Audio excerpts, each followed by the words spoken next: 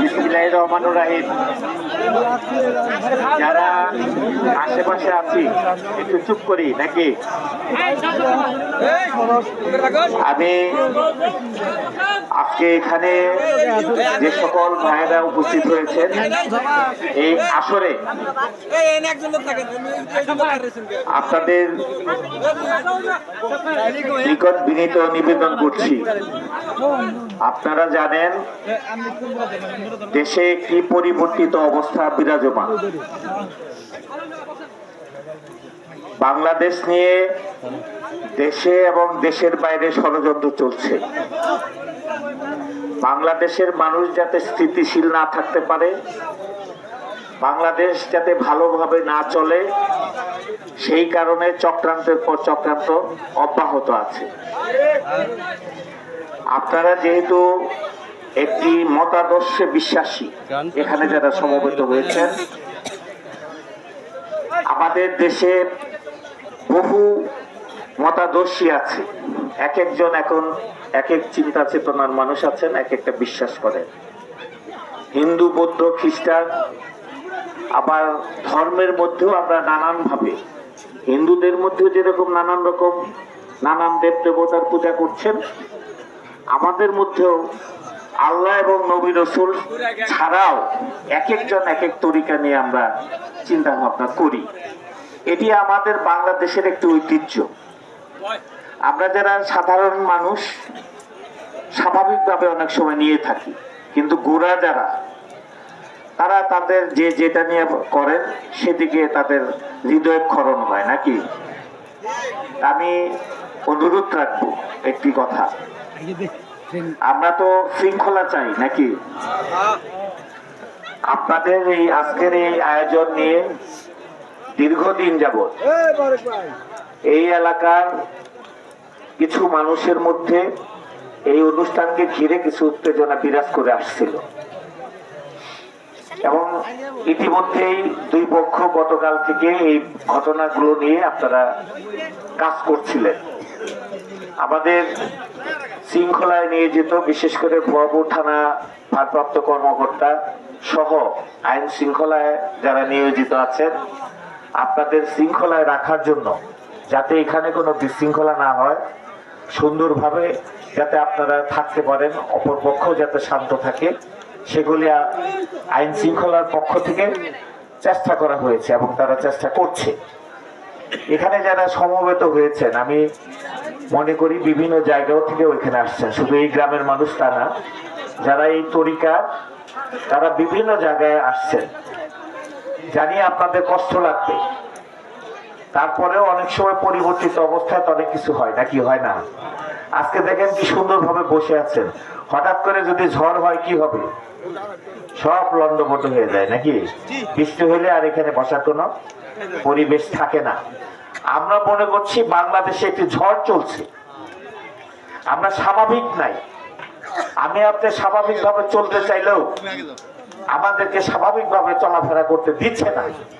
শুধু দেশের মানুষ না, আন্তর্জাতিক ভাবেও আমি আপনি এই কাজটি করছি কিন্তু বুঝছি না যে আমি এই অপকর্মের সাথে জড়িত আছি। আমরা আপনাদেরকে কাউকে কষ্ট দিতে চাই না, নিবেদন করতে চাই। আমাদের ওলামায়ে কেরামগণ একরকম চিন্তা ভাবনা করছেন, আপনারাও ধর্মীয় আঙ্গিকে নিশ্চয়ই আপনাদেরও একটি মতাদর্শ আছে, সেভাবে চিন্তা ভাবনা করছেন।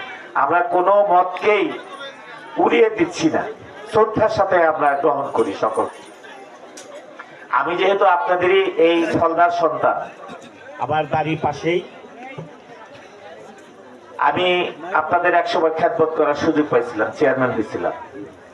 একসময় আমিও খুব বাউল ভক্ত ছিলাম, ফকিরা লাইনও এরকম জলসায় বহুবার আমার বিভিন্ন জায়গায় বসতে হয়েছে। কিন্তু দেশে এখন একটি অস্থির অবস্থা চলছে, আপনারা সবই জানেন। এবং এইগুলো নিয়ে শুধু আমাদের ফলদায় না, বিভিন্ন জায়গায় আপনাদের এই ওরস অথবা ফকিরা লাইনে কোনো প্রোগ্রাম ইদানিং একটি অব্যবস্থাপনার কারণে, রাষ্ট্র যেহেতু দলীয় সরকার না, রাষ্ট্র একটি ছোট্ট সরকার, সকলে চিন্তা করে একটি সরকার গঠন করা হয়েছে। আগামী নির্বাচনটা যাতে গণতান্ত্রিক ভোটে যার ভোট সে দিয়ে একটি সরকার নির্বাচন করবে, সেই জন্য কাজ করছে রাষ্ট্র। আমি যাতে সমাজটা সুন্দর থাকে, দেশটা সুন্দর থাকে, আইন শৃঙ্খলা যাতে অবনতি না হয়, এই কারণে ইতিমধ্যে আপনারা নিশ্চয়ই জানেন অনেক কিছু ঘটনা ঘটছে এবং একটি ডেভিল হান্টার নামে একটি অপারেশনও চলছে নাকি? আমরা এখানে যে আমাদের অপরাধী নাই বলতে পারছি না, পাচ্ছি? আমার আপনার সাথে যে অপরাধীরা অবস্থান করছে না আমরা কিন্তু জানি না। কাজে আমাদেরও কিন্তু রাষ্ট্রের যখন কিছু কার্যক্রম চলে আমাদেরও কিন্তু সাবধানতার সাথে চলতে হয়। নির্বাচনের দিন কি এক গ্রামের মানুষ আরেক গ্রামে যাইতে পারে না। আইনি একটি বিধান আছে। দেশে যখন কোনো শৃঙ্খলার জন্য কাজ চলে, কোনো অপারেশন চলে, আমরাও যারা সামাজিক ভাবে চলাফেরা করি, সামাজিক কাজকর্ম করি, আমাদেরও কিন্তু কিছু নিয়ম কানুন মাইনা চলতে হয়। আমার কোনো কাজ নাই, রাত্রি 2টার সময় যদি পথটা চলি, আইন শৃঙ্খলা বাহিনীকে আমার কি ঘরে পৌঁছাই দেবে না তার জায়গায় নিয়ে যাবে? তার জায়গায় নিয়ে যাবে যে রাত্রি 2টার সময় আমার কাজ থাকে। কারণ দেশে শৃঙ্খলা রক্ষার জন্য, ফিরিয়ে আনার জন্য কাজ করছে ডেভিল হান্টার নামে একটি অপারেশন। সেটা কি বাংলা? শয়তান শিকারী নাকি? শয়তান শিকার করার জন্য তারা কাজ করছে, রাত দিন পরিশ্রম করছে। আপনাদেরকে কিন্তু তা বলছি না, আপনারা একটু ধর্মীয় আবেগে এখানে আছেন, কিন্তু স্বাভাবিকভাবে যে কাজ করছি সেটি কিন্তু এখন আর করা যাচ্ছে না, কারণ দেশে তো আইন শৃঙ্খলার কাজ চলছে।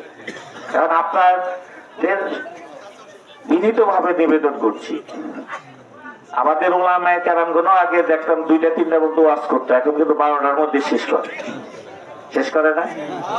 আমি জানি অনেক জায়গায় আছে আবার কোন কোন প্রতিষ্ঠান সারা রাত করে শেষ রাত্রে তোমারও খেয়ে বাড়ি ফিরে। আপনাদেরও বোধ হয় এরকমই এই মজমাটা। কিন্তু আমি একটু অনুরোধ করতে চাই, আইন শৃঙ্খলা যেহেতু কাজ চলছে, আমাদের থানা প্রশাসন, আমাদের দেশপ্রেমিক সেনাবাহিনীরা সারাদিন আপনাদের এখানে বসে থাকবে না, সারা ভুয়াপুর থানায় কাজ করতে হবে।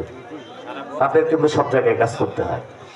আর আপনার আমার এই সুন্দর পরিবেশে এর মধ্যে যে একজন বিশৃঙ্খলা সৃষ্টি করে আগামীকাল পেপার পত্রিকা দিবে না যে এখানে এই অপকর্ম আছে, গ্যারান্টি কি বলেন? কাজে আমরা আপনাদের প্রতি শ্রদ্ধা রেখে বলছি, আমাদের এরকম একটি পরিস্থিতি আমার জানা মতে গোবিন্দাসিত হয়েছিল, আপনারা বোধহয় অনেকেই জানেন। আপনারা কেউ কেউ সেই মাজমা গেলে যেতেও পারে, সেখানেও কিন্তু আলোচনাতে একটি সময় আমরা বলে দিয়েছিলাম, আপনারা ওইখানে যারা ছিলেন তারা রক্ষা করে সেই সময়ের মধ্যে তাদের আনুষ্ঠানিকতা শেষ করে বাড়ি যায়।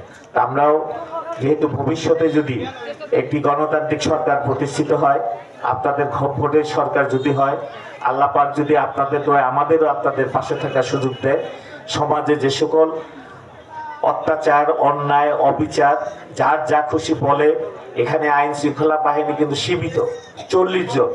আমরা যদি এই সবটি লোক যদি একসঙ্গে আইন না মানি তাহলে কিন্তু তারা রক্ষা করতে পারবে না নাকি?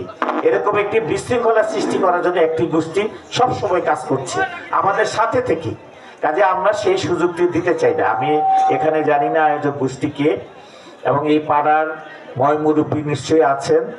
আমি আপনাদের সাবেক চেয়ারম্যান হিসাবে বাংলাদেশ জাতীয়তাবাদী দল বিএনপি যেহেতু একটি বড় সংগঠন, এখন আওয়ামী লীগ তো ক্ষমতায় নাই, ত্রুটি বিচ্যুতি হলে সব বিএনপি নাকি? কাজে আমরা কিন্তু সরকারে নাই, কিন্তু দোষটা আমাদের গাড়ি। আমাদের দোষ হয় হোক, দেশের মানুষ সুন্দর থাকুক, আইন শৃঙ্খলা সুন্দর থাকুক। যারা আছেন দয়া করে আপনাদের আনুষ্ঠানিকতা, আমরা আপনাদের জন্য এতক্ষণ ওখানে সকলেই আইন শৃঙ্খলা বাহিনী সহ এই এলাকার মুরব্বীরা উপস্থিত ছিলেন। আমি যে কথাটি বলতে কষ্ট হচ্ছে কিন্তু বলতেই হচ্ছে, 12টার মধ্যে আপনাদের এই আনুষ্ঠানিকতাগুলো শেষ দিয়ে দেবেন। ভবিষ্যতে আপনাদের যে সকল আনুষ্ঠানিকতা আছে, একটি গণতান্ত্রিক সরকার প্রতিষ্ঠিত হলে কিন্তু আপনারা সেগুলি করতে পারবেন। কারণ এটি আইন শৃঙ্খলার রক্ষার্থেই, আইন শৃঙ্খলার স্বার্থেই আপনারা সময়টাকে কমায় নিয়ে আসেন নাকি? এখানে জিদাজিদির ব্যাপার নাই। এটা আপনারা এখানে কিন্তু আপনাদেরকে এটি ভেঙে দেওয়া হয় নাই, বলা হয় নাই যে জানগা। আমরাও তাদেরকে বলি নাই যে আমরা আপনাদেরকে মানি না। সকলের মতকে আমরা সম্মান জানাচ্ছি, এবং ইতিমধ্যে আমাদের আইন শৃঙ্খলা রক্ষাকারী থানার ভারপ্রাপ্ত কর্মকর্তা আসছে, তিনিও দুই কথা নিশ্চয়ই আপনাদের সামনে পেশ করবেন। দয়া করে 12টা পর্যন্ত আপনাদের আনুষ্ঠানিকতা, আপনাদের এই মজবাত যা যা আছে, আমি জানি না কি কি আছে, সেগুলি করে শ্রদ্ধার সাথে যাবেন। ভবিষ্যতে আমরা আপনাদের পাশে থেকে যাতে আপনাদের নিয়মতান্ত্রিক যে অনুষ্ঠান সেগুলি আমরা আপনাদের সাথে থেকে করে দেব, এইটুকু আবেদন নিবেদন জানিয়েই, যেহেতু আমাদের ইতিমধ্যে যিনি ভুয়াপুর থানায় আসার পর থেকেই সারা ভুয়াপুর থানার বিভিন্ন আইন শৃঙ্খলার সুনামের সাথে জনগণের বন্ধু হিসাবে পাশে থেকে কাজ করে যাচ্ছেন, আপনাদের হয়ে আসছেন, তিনিও দুটি কথা বলবেন। তার কথা শুনে আমার মনে হয় আমরা যে সময়টুকু থাকবো উপভোগ করবো। সকলকে ধন্যবাদ।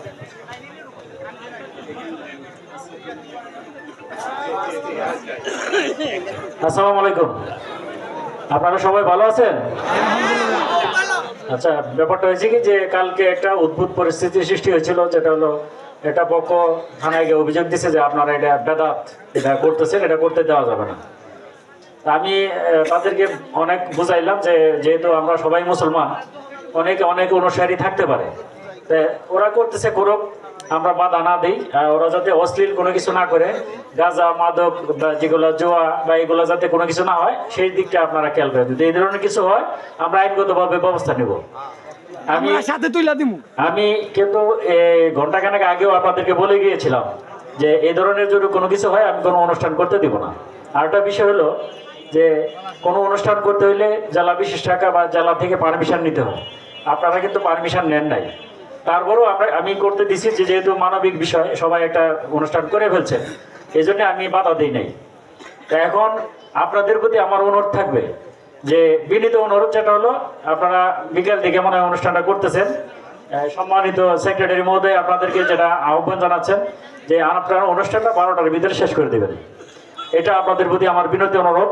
যেহেতু একটা বিশৃঙ্খল পরিস্থিতির সৃষ্টি হয়েছে, সেই জন্যে যাতে কোনো জ্ঞানজাম না হয়, যা কোনো বিশৃঙ্খলা মানে উদ্ভব না হয়, আমরা সেই জন্য আপনাদের প্রতি বিনীত অনুরোধ যে 12টার ভিতরে আপনারা অনুষ্ঠানটা শেষ করে দেবেন। কি আপনারা আমার কথা রাখবেন না? ঠিক আছে, ধন্যবাদ। আপনারা অনেক ভালো মানুষ, ফলদার মানুষ, অনেক ভালো মানুষ, অনেক মানে সংঘবদ্ধ, সবাই যাতে ভালো থাকে, আইন শৃঙ্খলা ভালো থাকে, সেই জন্য আপনাদের উদাত্ত আহ্বান থাকবে 12টার ভিতরে আপনারা অনুষ্ঠানটা শেষ করে দেবেন। আর যাতে অনাকাঙ্ক্ষিত কোনো ঘটনা না ঘটে, সেই জন্য সবাই সজাগ দৃষ্টি রাখবেন। ধন্যবাদ আপনাদের সবাইকে। আপনারা আপনাদের আচার অনুষ্ঠান করেন, ঠিক আছে, করতে থাকেন।